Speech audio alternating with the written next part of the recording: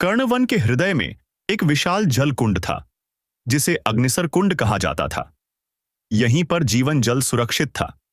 इसकी रक्षा रथविक नामक एक युवा योद्धा करता था, जो इस पवित्र स्थान के अंतिम संरक्षक के रूप में नियुक्त था। वह न केवल जंगल की आत्मा से जुड़ाव था, बल्कि उसे कई प्राचीन जादुई मंत्रों का भी ज्ञान था। एक दिन निर्घोष अपने दानवी जादू से जंगल में घुस आया। उसकी उपस्थिति मात्र से पेड़ सूखने लगे, पक्षी मौन हो गए और पूरा जंगल भयभीत हो उठा। रथविक को आभास हो गया कि कोई बहुत बड़ा संकट आने वाला है।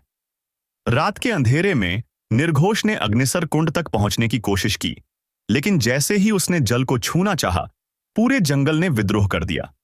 पेड़ जीवित हो उठे, लताओं ने उसे जकड़ लिया और हवाओं ने उसके मंत्रों को दबा दिया। लेकिन निर्घोष भी कम शक्तिशाली नहीं था। उसने अपनी काली जादू से पूरे जंगल को जलाने की कोशिश की। रथविक और निर्घोष के बीच भयंकर युद्ध हुआ।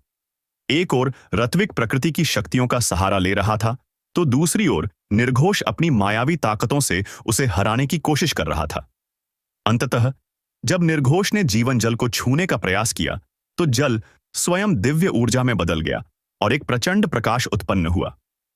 अचानक जंगल की आत्मा प्रकट हुई और गरजती हुई बोली, जो शक्ति जीवन देने के लिए बनी है, वह लोभियों के लिए विष बन जाती है। इतना कहते ही जल स्वयं एक जल प्रलय बनकर निर्घोष पर गिरा और उसके भीतर की समस्त दुष्टता झलकर भस्म हो गई। निर्घोष का अंत हो चुका था, लेकिन रथविक जानता था कि जब तक लोभ और अहंकार जीवित हैं, तब तक यह संकट फिर आ सकता है।